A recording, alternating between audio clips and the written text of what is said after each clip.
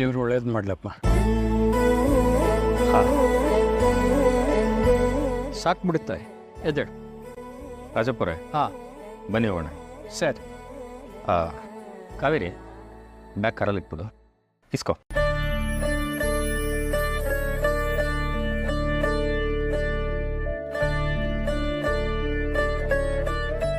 ತಾತ, ಇವತ್ತು ಮನೇಲಾಗಿದ್ದ ಘಟನೆಗೆ ನಾನು ನಿಮ್ಮ ಹತ್ರ ಕ್ಷಮೆ ಕೇಳ್ತೀನಿ.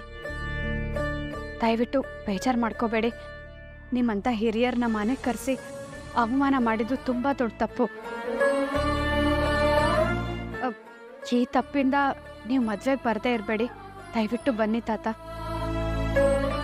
ನಿಮ್ಮ ಆಶೀರ್ವಾದ ಈ ಮನೆ ಮಗಳಿಗೆ ಬೇಕು ತಾತ. ಇರಲಿ ಬಿಡಮ್ಮ. ಇವು ರಾತ್ರಿ ಎಡವಟ್ಟೆ ಅಂಕಮ್ಮಂಗೆ ಏನು ಮಾತು? ತಾತ ಕೊಡಿ. ಹಾಂ ಬೇಡ ಬೇಡ, ನಾನು ತರ್ತೀನಿ, ನೀವು ಹೋಗಿ. ಸರಿ.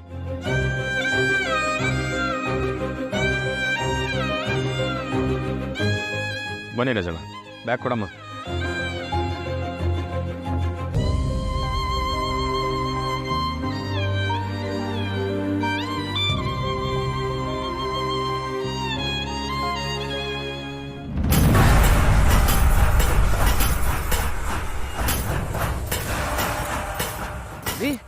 ನೀ ಏನ್ ಮಾಡ್ಕೊತಿದ್ಯಾ?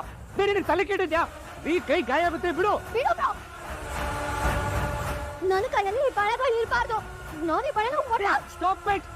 ಹುಚ್ಚ ನಿನಗೆ? ಹೌದು, ನನಗೆ ಹುಚ್ಚೆ. ನನಗೆ ಅಗಸ್ಟಿನ್ ಹುಚ್ಚು. ಈ ಮನೆ ಸೊಸೆ ಆಗೋ ಹುಚ್ಚು. ನನಗೆ ಮದುವೆ ಆಗೋ ಹುಚ್ಚು. We shut up. Control yourself. This is really too much. ಇಷ್ಟು ಚಿಕ್ಕ ವಯಸ್ಸಕ್ಕೆಲ್ಲ ಈ ಥರ ಆಡಿದ್ರೆ ಹೇಗೆ? ನೋಡಿದವರು ಏನು ಅನ್ಕೊಂತಾರೆ? ನೀನು ಮಾಡ್ತಿರೋದು ಸರಿ ಇಲ್ಲ. ಯಾರು ಏನ್ ಅನ್ಕೊಂಡ್ರು ಐ ಡೋಂಟ್ ಕೇರ್ ಬ್ರೋ. ಈ ಬಳೆ ಶಾಸ್ತ್ರ ಎಲ್ಲ ನನಗೆ ಹೊಸದು. ಮೊದಲು ಸಲ ಲೈಫಲ್ಲಿ ನಾನು ಈ ಗಾಜಿನ ಬಳೆ ತೊಡ್ತಿದ್ದೀನಿ. ಅದನ್ನ ನನಗೆ ಅಗಸ್ತ್ಯನೇ ಹಾಕ್ಬೇಕು. ನನಗೆ ಬಳೆ ಹಾಕೋ ರೈಸ್ ಯಾಕೂ ಇಲ್ಲ. ಅದ್ ನೋಡಿದ್ರೆ ಅವ್ನು ಯಾರೋ ನನ್ನ ಕೈಗೆ ಬಳೆ ಹಾಕ್ತಾನೆ. ನನಗೆ ಬಳೆ ಹಾಕಕ್ಕೆ ಅವ್ನು ಯಾರೋ? ಬೃಂದ, ಅವರು ಬಳೆಗಾರ.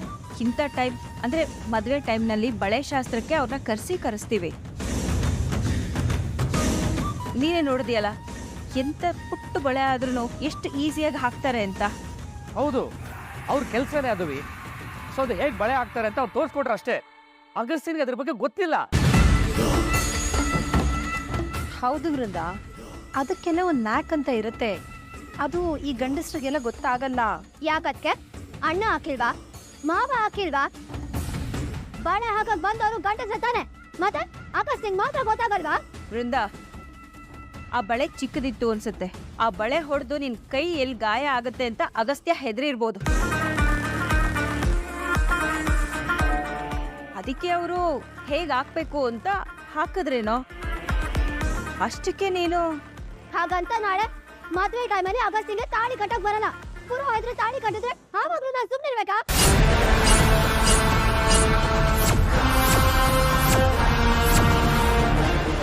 ಏನು ಅಂತ ಮಾತಾಡ್ತಿದ್ದೀವಿ? ಯಾರಾದರೂ ಹಾಗೆ ಮಾಡ್ತಾರಾ? ಅಲ್ಲ, ನಿನ್ನ ಮದುವೆ ಫಂಕ್ಷನ್ ನೀನು ಈ ರೀತಿ ಅಪ್ಸೆಟ್ ಆದರೆ ಹೇಗೆ? ಇದೆಲ್ಲ ಲೈಫಲ್ಲಿ ಒನ್ಸ್ ಆನ್ ಅ ಟೈಮ್ ಬರೋ ಮೂಮೆಂಟ್ಸ್. ಇದನ್ನೆಲ್ಲ ನೀನು ಅರ್ಥ ಮಾಡ್ಕೋಬೇಕಲ್ವಾ? ಎಂಜಾಯ್ ಮಾಡ್ಬೇಕಲ್ವಾ? ಸುಮ್ಮನೆ ನನಗೆ ಸಮಾಧಾನ ಮಾಡಕ್ ಬರ್ಬೇಡ ಬ್ರೋ. ಅಷ್ಟು ಜನದ ಮುಂದೆ ಸಾರಿ ಕೇಳ್ತಿದ್ರಲ್ಲ, ತಪ್ಪಲ್ವಾ? ಅಷ್ಟು ಜನರ ಮುಂದೆ ನೀ ಆ ಹಿರಿಜೀವ ಮೇಲೆ ಕೈ ಮಾಡ್ದಲ್ಲ, ಅದು ತಪ್ಪಲ್ವಾ? ಯಾವ ತಪ್ಪು ಬ್ರೋ? ಅಗಸ್ತ್ಯ ನನ್ನ ಕೈಗೆ ಬಾಳೆ ತೊಡಸ್ಬೇಕಾಗಿತ್ತು. ಆ ಮನುಷ್ಯ ನನ್ನ ಕೈಗೆ ಯಾಕೆ ಬಾಳೆ ಹಾಕಿದ್ರು? ಪ್ಲೀಸ್ ಸಮಾಧಾನ ಮಾಡ್ಕೊ. ಆಗೋಯ್ತು ನೋಡು. ಈ ಟೈಮಲ್ಲಿ ತಪ್ಪು ಒಪ್ಪಿನ ಬಗ್ಗೆ ನಾವು ಮಾತಾಡೋದು ಬೇಡ. ಇದನ್ನೆಲ್ಲ ಎಲ್ಲಿಗೆ ಬಿಟ್ಬಿಡೋಣ ಪ್ಲೀಸ್. ವೃಂದ, ಬಳೆ ಹೊಡ್ಕೊಂಡು ನಿನ್ ಕೈ ಗಾಯ ಆಗಿ ರಕ್ತ ಬರ್ತದೆ. ಬಾ, ಕೊಬ್ಬರಿ ಎಣ್ಣೆ ಹಚ್ತೀನಿ. ನನಗೆ ನನ್ನ ಬಗ್ಗೆ ಕೇರ್ ತಗೊಳ್ಳೋದು ಗೊತ್ತು. Leave me alone please. ಎಲ್ಲರೂ ಇಲ್ಲಿಂದ ಹೊರಡಿ.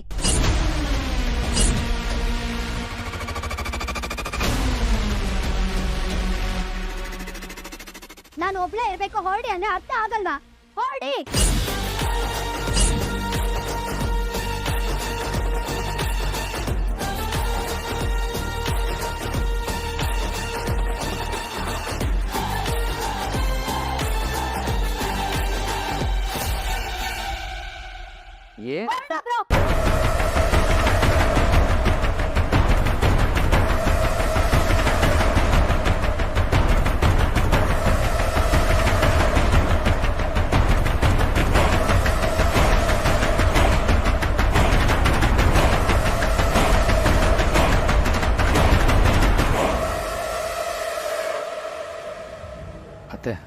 ಅನಿ, ನನಗೆ ಗೊತ್ತು ನಿಮಗೆ ಬೇಜಾರಾಗಿದೆ ಅಂತ. ನೋಡಿ, ಅವಳ ಪರವಾಗಿ ನಾನು ನಿಮ್ಮ ಹತ್ರ ಕ್ಷಮೆ ಕೇಳ್ತಾ ಇದ್ದೀನಿ. ಪ್ಲೀಸ್. ಅವಳು ಸಿಟ್ಟು ಬಂದಾಗ ಅವಳು ಏನು ಮಾತಾಡ್ತಾಳೆ ಅನ್ನೋದು ಗೊತ್ತಿರಲ್ಲ. ಸ್ವಲ್ಪ ತೊಬ್ಬಳೆ ಇದ್ದರೆ ಅವಳು ಸರಿ ಹೋಗ್ತಾಳೆ. ನಾವು ಇಲ್ಲಿಂದ ಹೋಗೋಣ.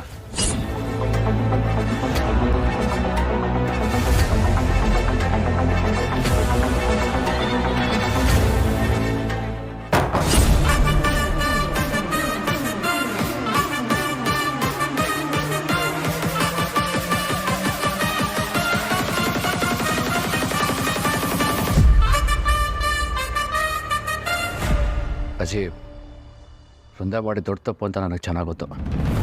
ಅವಳ ಪರವಾಗಿ ನಾನು ನಿಮ್ಗೆ ಕ್ಷಮೆ ಕೇಳ್ತೇನೆ. ತಪ್ಪು ಅನ್ನೋದು ತಪ್ಪು ಮಾಡಿರೋರ್ಗೆ ಅರ್ಥ ಆಗ್ಬೇಕು ವಿವೇಕ್.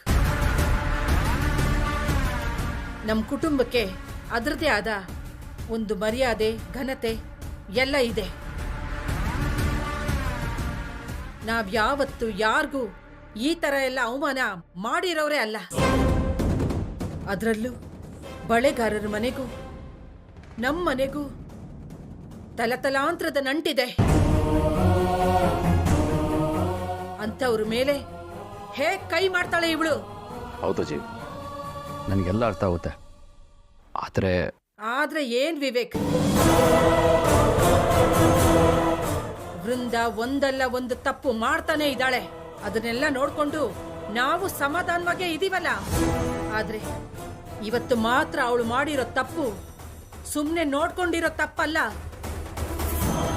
ಇನ್ನೊಬ್ರ ಮೇಲೆ, ಅದರಲ್ಲೂ ಒಂದು ಹಿರಿ ಜೀವದ ಮೇಲೆ ಕೈ ಮಾಡೋ ಅಧಿಕಾರ ಯಾರು ಕೊಟ್ಟಿದ್ದು ಅವಳಿಗೆ? ಬಂದಿರೋ ನೆಂಟ್ರಲ್ಲ, ಏನ್ ಅಂದ್ಕೋಬೇಡ ನಮ್ಮ ಬಗ್ಗೆ.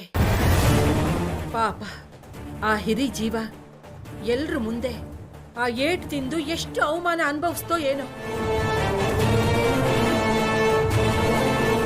ಹೆಣ್ಣಿಗೆ ಅತಿ ಮುಖ್ಯ ಅಂದ್ರೆ ತಾಳ್ಮೆ. ಆದ್ರೆ ಅದು ವೃಂದನ್ಗೆ ಅದೇನು ಅಂತಾನೆ ಗೊತ್ತಿಲ್ವಲ್ಲ. ಅದು ಅವ್ರಿಗೂ ಗೊತ್ತಾಗದೆ ಬಣೆ ಹಾಕ್ಬಿಟ್ರು.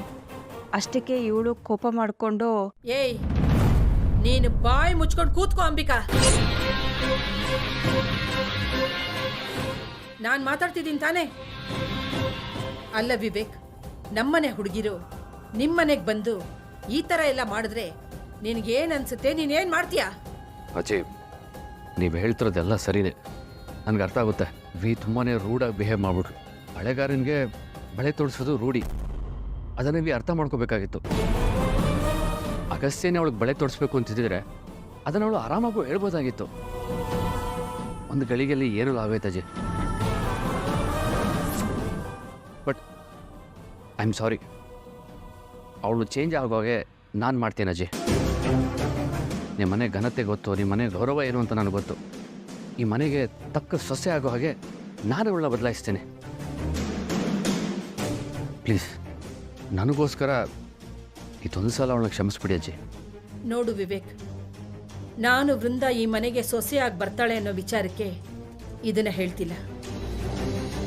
ಸೊಸೆ ಆಗೋದಕ್ಕೆ ಮುಂಚೆ ಹೆಣ್ಣಿಗೆ ಬೇಕಾಗಿರೋದು ತಾಳ್ಮೆ. ತಾಳ್ಮೆ ಇದ್ರೇನೆ ಒಂದು ಮನೆನ ನಿಭಾಯಿಸ್ಕೊಂಡು ಹೋಗೋದಕ್ಕೆ ಸಾಧ್ಯ. ಈ ಪ್ರಕೃತಿ ಗಂಡಿಗೆ ಈ ಕೆಲಸ, ಹೆಣ್ಣಿಗೆ ಈ ಕೆಲಸ ಅಂತ ಮಾಡಿರೋದು ಸುಮ್ಮನೆ ಅಲ್ಲ.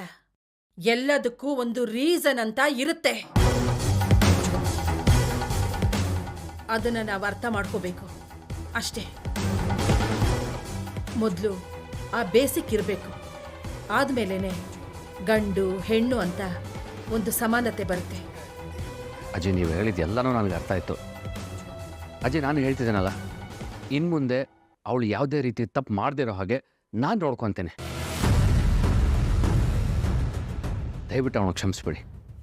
ಸರಿ ಸರಿ ಶಶಿ, ನನಗೆ ಸ್ವಲ್ಪ ಕೆಲಸ ಇದೆ, ಬಾ ಹೋಗೋಣ. ಸರಿಮ್ಮ.